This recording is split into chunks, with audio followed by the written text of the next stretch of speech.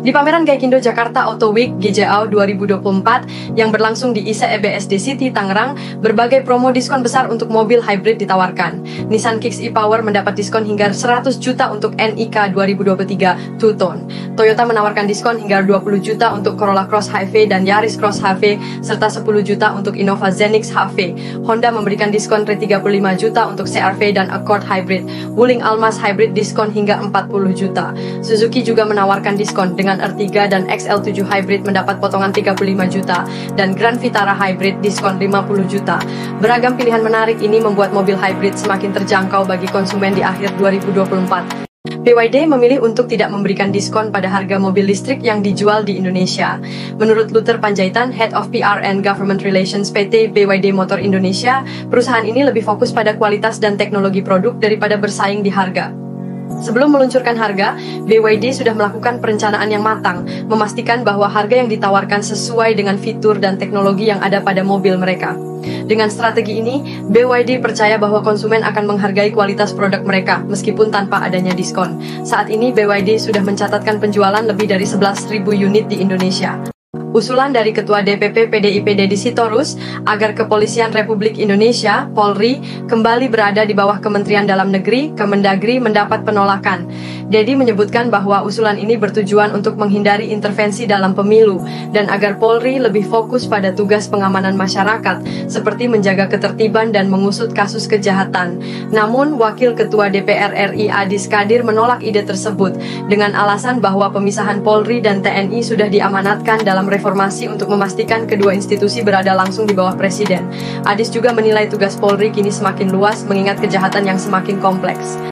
Seorang remaja berinisial Mas, 14, di Cilandak, Jakarta Selatan dilaporkan membunuh ayahnya, AP, 40, dan neneknya, RM, 69. Rumah tempat kejadian kini telah digaris polisi dan karangan bunga ucapan duka cita terlihat di depan rumah tersebut.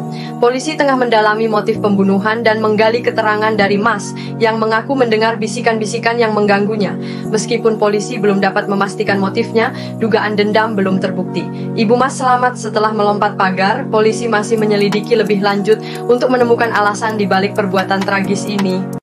Polisi menyita total 78,3 miliar dari kasus mafia akses situs judi online, Judol, yang melibatkan pegawai Kementerian Komunikasi dan Digital, Komdigi.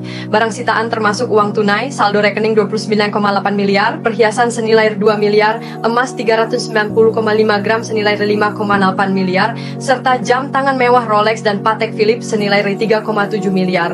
Selain itu, 26 mobil mewah seperti Mercedes-Benz dan BMW, 11 properti senilai 25 miliar, hingga barang elektronik dan senjata api turut diamankan. Penambahan 1,4 miliar dari dua tersangka baru AA dan F memperlihatkan skala besar operasi ini.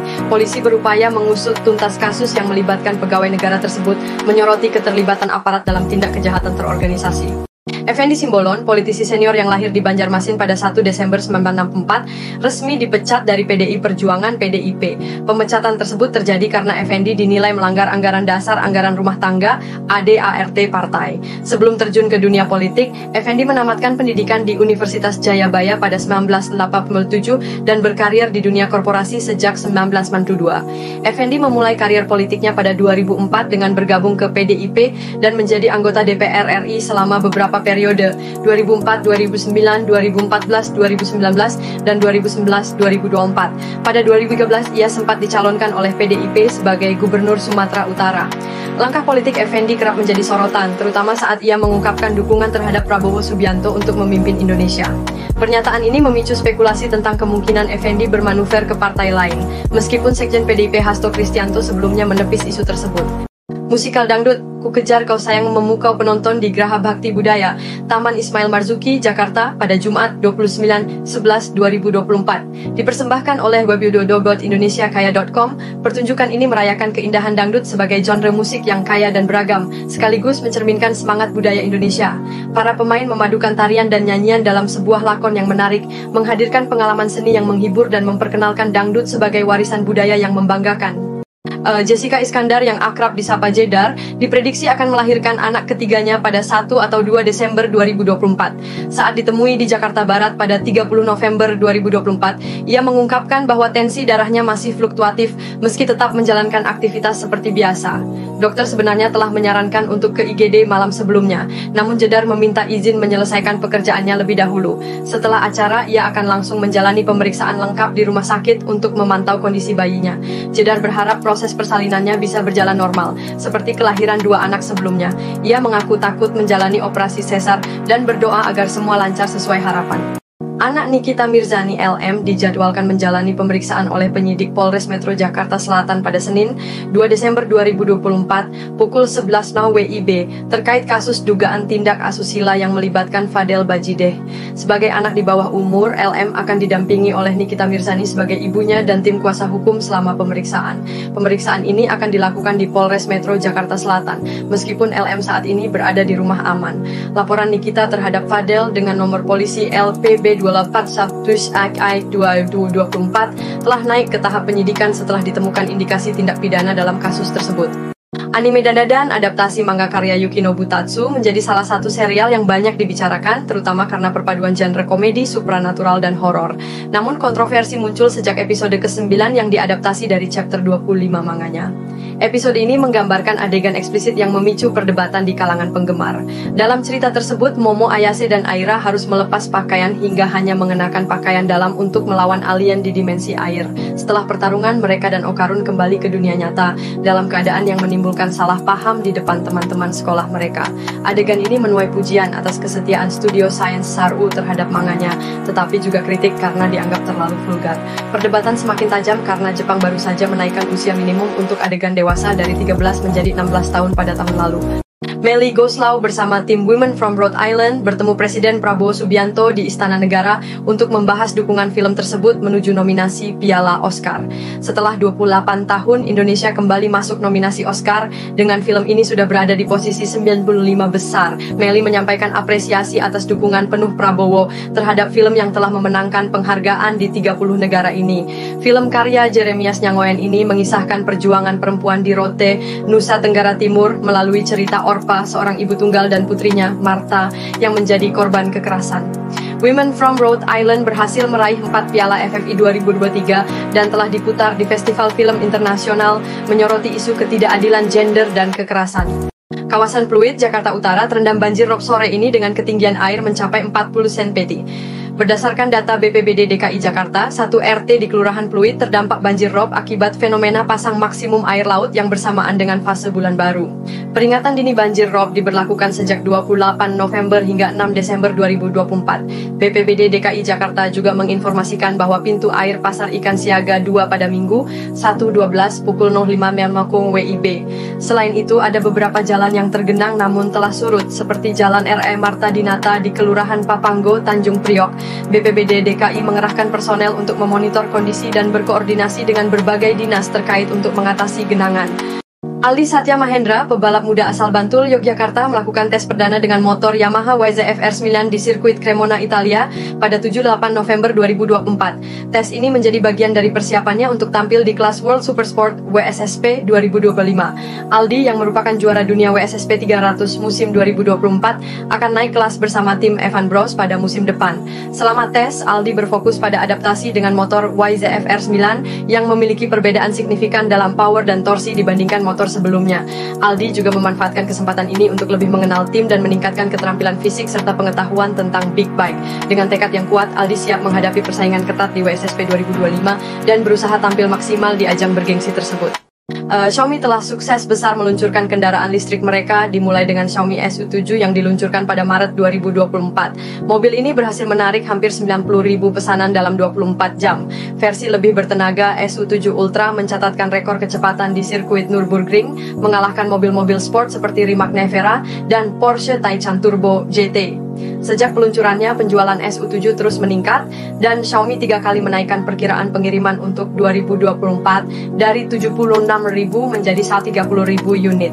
Kesuksesan ini didorong oleh desain premium, harga kompetitif, dan integrasi ekosistem pintar Xiaomi yang memungkinkan pengguna mengontrol perangkat rumah pintar melalui mobil. SU7 juga menawarkan pengalaman hiburan penumpang belakang dengan dudukan iPad atau tablet Android. Dengan harga yang lebih rendah daripada Tesla Model 3 di China, Xiaomi berhasil memasuki pasar kendaraan listrik yang sangat ketat, bahkan mendapatkan pujian dari CEO Ford, Jim Farley. Pemerintah Indonesia telah memutuskan untuk menurunkan harga tiket pesawat domestik sebesar 10% selama periode Natal dan Tahun Baru, Nataru 2024-2025. Keputusan ini disampaikan oleh Menteri Koordinator Bidang Perekonomian, Airlangga Hartarto, yang menyebutkan bahwa penurunan tarif ini bertujuan untuk mendorong sektor pariwisata domestik. Selain itu, Airlangga menjelaskan bahwa Presiden Prabowo Subianto juga mengarahkan pembukaan penerbangan ke destinasi wisata yang sulit dijangkau, seperti Tanjung Kelayang di Pulau Bangka Belitung dan Labuan Bajo, agar wisatawan lebih mudah mengaksesnya. Federasi Sepak Bola Vietnam, VFF, telah merilis harga tiket untuk laga Piala AFF 2024, termasuk pertandingan antara Vietnam dan Indonesia. Harga tiket untuk laga tersebut terbilang terjangkau, dengan tiket termahal dijual seharga 300.000 dong, sekitar 187.000. Dua kategori tiket lainnya masing-masing dihargai 200.000 dong, sekitar 125.000, dan 100.000 dong, sekitar 68.000. Vietnam akan menjamu Indonesia di Viet Tri Stadium pada 15 Desember 2024. Harga tiket kali ini jauh lebih murah dibandingkan laga sebelumnya di kualifikasi Piala Dunia 2026. Vietnam juga sedang mempersiapkan timnya dengan pemusatan latihan di Korea Selatan menjelang Piala AFF 2024. Cicak memang tidak berbahaya, tetapi seringkali mengganggu di sekitar rumah. Untuk mengusir cicak, ada beberapa cara alami yang bisa dicoba. Pertama, gunakan bawang merah dan bawang putih yang baunya tidak disukai cicak. Letakkan bawang di sekitar rumah atau buat semprotan dari air bawang untuk disemprotkan di sudut-sudut rumah. Kamper juga efektif karena bau kuatnya mengusir cicak, namun perlu hati-hati karena bisa berbahaya bagi anak-anak dan hewan peliharaan. Tanaman seperti peppermint, eukaliptus, dan serai juga bisa ditanam di kebun untuk mencegah cicak. Selain itu, taburkan ampas kopi di sekitar rumah atau gunakan semprotan merica dari campuran air dan cabai untuk menghalau cicak dari rumah. Semua bahan ini mudah ditemukan di rumah dan efektif mengusir cicak secara alami. Empok Alpa kini tengah disibukkan dengan mengurus anak kembarnya, Rafa dan Raffi Ahmad Darmadina, yang baru berusia 2 bulan. Kehidupan sang artis berubah drastis, terutama jadwal tidur yang kacau karena harus menyusui kedua bayi secara bergantian. Ia punya trik menyusui, yaitu memberikan ASI dari payudara kanan untuk satu bayi dan kiri untuk bayi lainnya secara bergantian. Karena kesibukan kerja, Empok Alpa menggunakan metode pumping ASI untuk memastikan kebutuhan anaknya tetap terpenuhi. Selain itu, ia juga mulai melibatkan pengasuh dalam perawatan anak-anaknya, meski masih aktif memantau dan ikut mengurus mereka.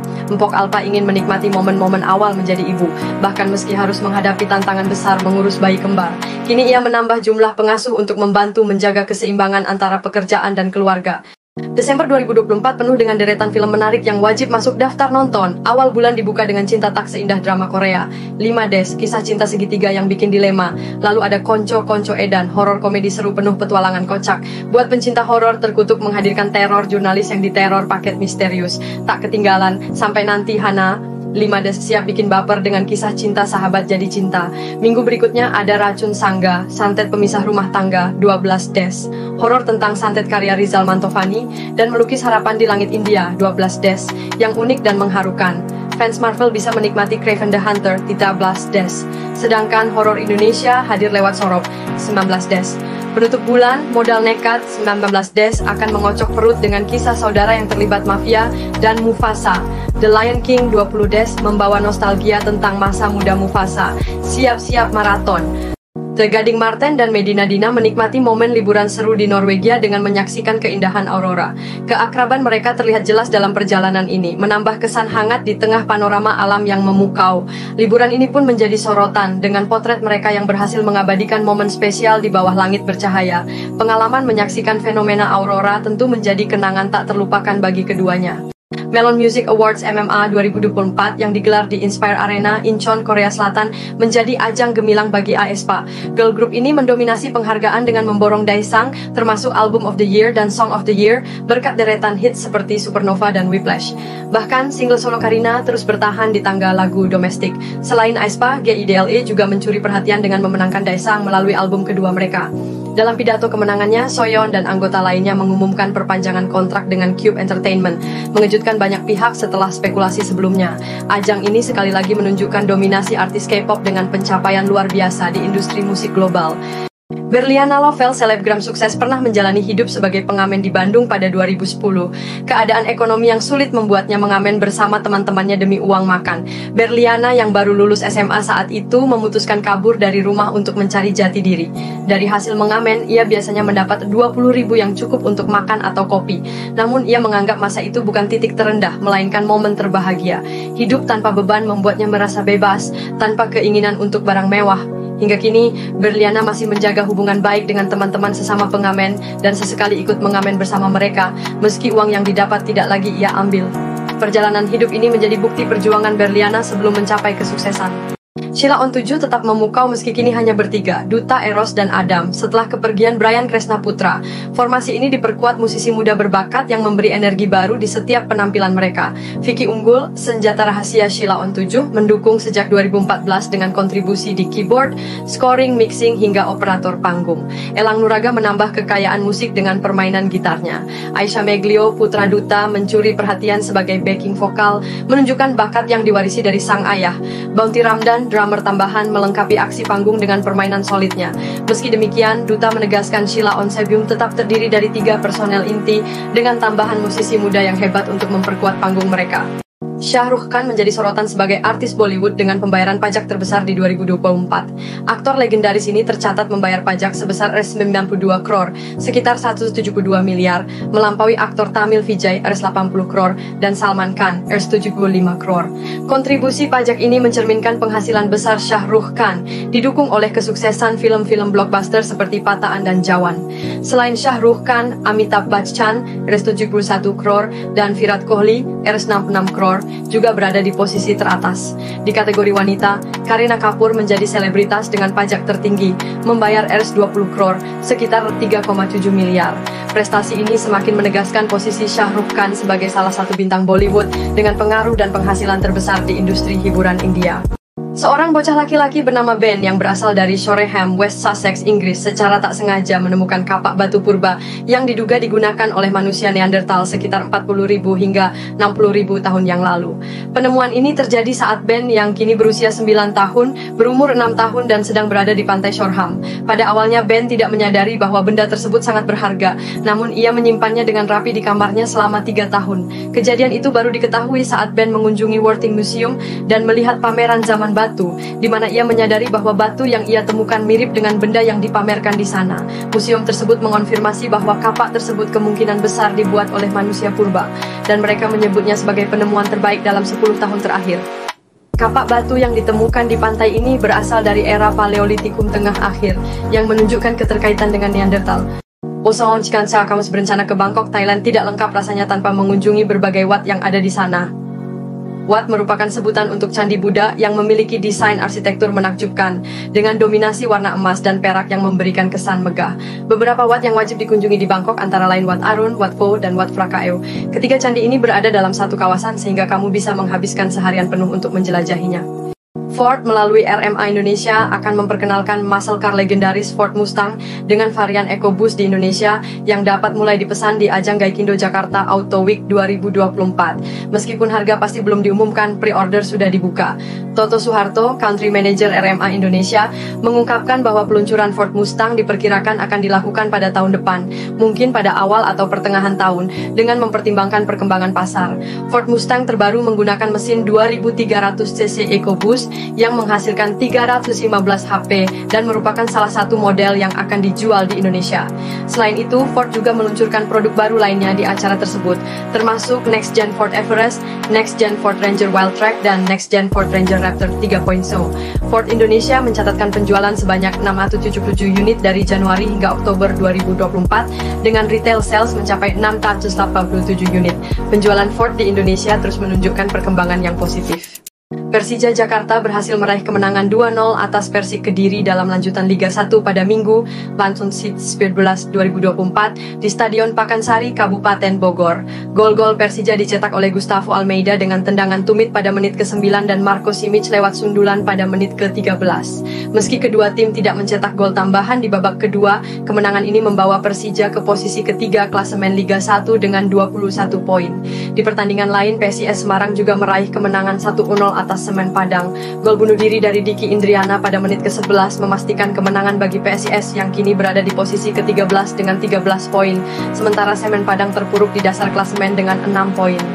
Kehadiran bek timnas Indonesia Justin Hubner baru-baru ini mencuri perhatian netizen, terutama saat ia bergabung dalam siaran langsung di Instagram milik selebritas Jennifer Koppen.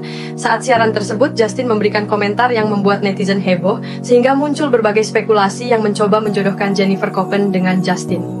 Menanggapi perjodohan tersebut, Jennifer Koppen langsung memberikan klarifikasi melalui Instagram. Ia menjelaskan bahwa dirinya dan Justin hanya teman. Jennifer juga meminta agar orang-orang menghormati proses berduka yang sedang ia alami setelah kehilangan suaminya, Dali Wasing, yang meninggal akibat kecelakaan beberapa waktu lalu. Jennifer menegaskan bahwa ia belum siap untuk move on dan sedang menikmati masa kesendirian setelah kepergian suaminya. Denny Cagur mengungkapkan perasaan berat yang ia rasakan saat pertama kali harus berpisah dengan anaknya Fabian Muhammad, Abi, yang sedang menjalani pendidikan di SMA President Boarding School. Sekolah semi-militer ini memiliki program yang memfokuskan pada pembentukan karakter siswa untuk menjadi bagian dari TNI, polisi, atau berkarir di kedinasan lainnya. Denny bercerita bahwa selama 3 bulan pertama, ia tidak bisa bertemu dengan Abi karena aturan sekolah yang mengharuskan komunikasi hanya lewat surat. Denny mengungkapkan bahwa ia sempat menangis saat menulis surat untuk Abi karena sangat merindukannya. Meskipun awalnya sulit, Denny kini merasa bangga karena Abi semakin mandiri setelah menjalani pendidikan di sekolah tersebut.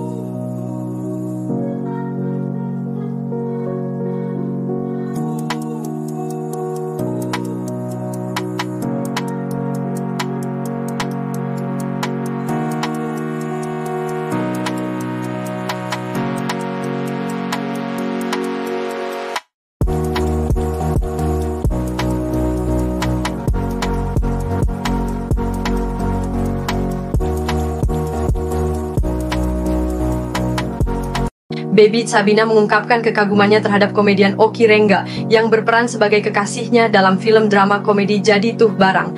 Baby memuji kemampuan akting Oki, terutama dalam film Agak Lain, di mana ia berhasil menunjukkan emosi yang kuat dalam adegan sedih. Hal ini memotivasi Baby untuk memberikan yang terbaik dalam film Jadi Tuh Barang, yang merupakan keinginannya untuk bermain dalam film komedi. Baby berperan sebagai Cantika, kekasih dari Bonar yang diperankan oleh Oki.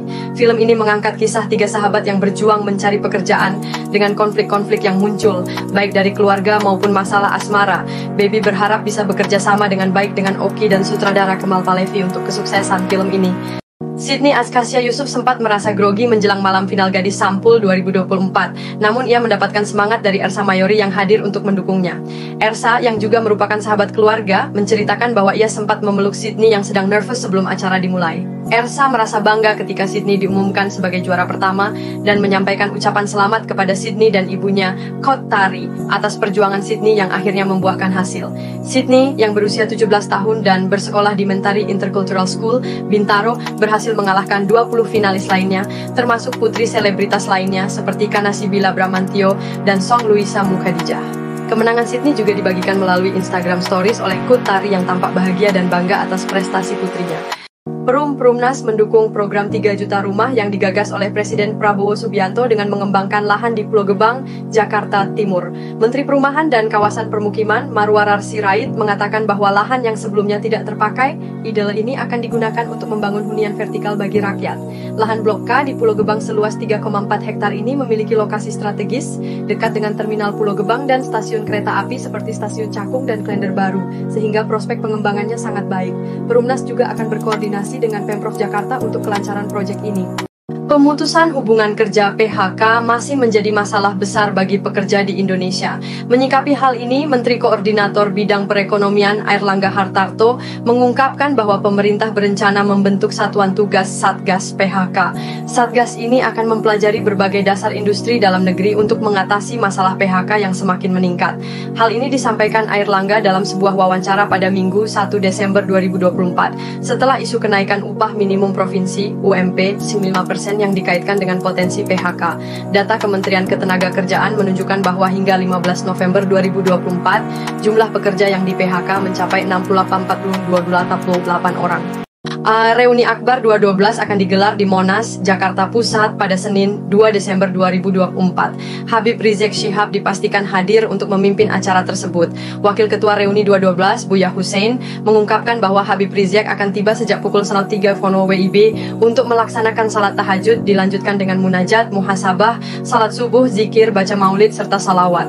Selain itu, akan ada lagu Indonesia Raya dan Mars, diakhiri dengan sambutan dan tausiah oleh Habib Rizik. Reuni Akbar kali ini mengusung tema Revolusi Akhlak untuk Indonesia Berkah dan Palestina Merdeka, dengan partisipasi diperkirakan mencapai belasan ribu orang. Nia Ros dan Putri Isnari sama-sama mendapatkan perhatian karena jumlah uang panai yang fantastis dari suami mereka. Nia Ros dipinang oleh Ahmad Andi Agung Prakoso dengan uang panai sebesar 1,5 miliar, sementara Putri Isnari menerima 2 miliar dari Abdul Aziz, seorang pengusaha tambang batu bara. Menariknya, Ahmad Andi Agung Prakoso dan Abdul Aziz ternyata adalah sepupu. Nia Ros mengungkapkan bahwa ia awalnya tidak tahu hubungan saudara antara kedua pria tersebut saat pertama kali bertemu di Kalimantan. Meskipun ada kabar bahwa hubungan Nia dan Putri terasa renggang, Nia membantahnya. Ia justru mengatakan bahwa mereka semakin dekat, bahkan sering bertemu ketika kakek suami mereka, Kai, sakit. Keduanya saling mendukung dalam kehidupan pribadi masing-masing. Nia Rose juga menceritakan kisah awal pertemuannya dengan Andi Agung yang terjadi saat ia menggantikan Putri Isnari untuk nyanyi off air di Kalimantan. Setelah beberapa pertemuan, mereka akhirnya menikah pada 20 Oktober 2024.